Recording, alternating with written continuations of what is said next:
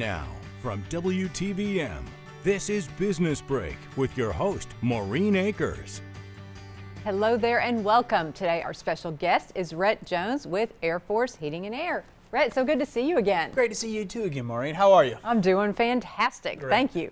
All right, so the weather's changing finally, right? That it is, yes ma'am. Okay, so what do homeowners need to do and be aware of, I guess, as it relates to all their home systems, right? Well, no, that's how we get that question a good bit. Yeah. So this summer it's been very long, very hot. So your systems pretty much ran a marathon. Mm-hmm. So getting it checked out just to make sure that it's still performing, especially if you're a heat pump, because it's still using a lot of the same components. Okay. Now, if you're getting a furnace set up, then what it's going to be is it's, you just want to go ahead and turn that on just to make sure that everything's functioning properly. Mm-hmm. So they're projecting a fairly cold winter, so just making sure that the system's properly switched from heat to cool, make sure that everything checks out as far as our safety switches, our components, just to make sure that they're all functioning the way that they're supposed to. Okay, all right, good to know on that. So how do we keep our houses both warm and efficient during this time of year? No, a lot of people ask me, what should I keep my thermostat set? Yes, please let us know. I always tell everybody, just first of all, make sure you're comfortable. That's why we have a thing. But for utility bills, I always say, hey, sometimes it's easier to put on a jacket if it's a little bit cooler.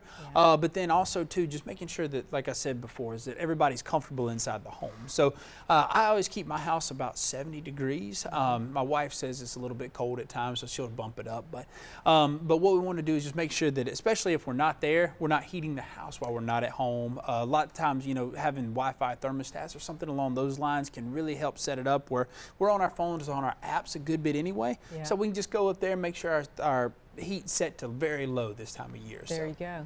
Good to know. Good point on that. Okay. So what about furnace venting?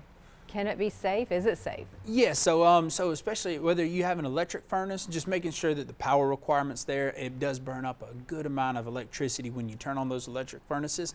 And then gas furnaces is number one, just to make sure that those are vented. So there's a lot of venting requirements on there, especially the way that the wind blows, sometimes the way the flue is, whether it's above a window, below a window. But most importantly, I suggest everybody getting a CO2 detector, a carbon monoxide. Yes. So I get those two confused at times, but just making sure you have something that can alert you if it gets high levels inside your home. So. All right, good point. So someone's watching today and they're thinking, okay, I think I need that check. I know, like you said, I had my air conditioning ran a marathon this summer. Yes.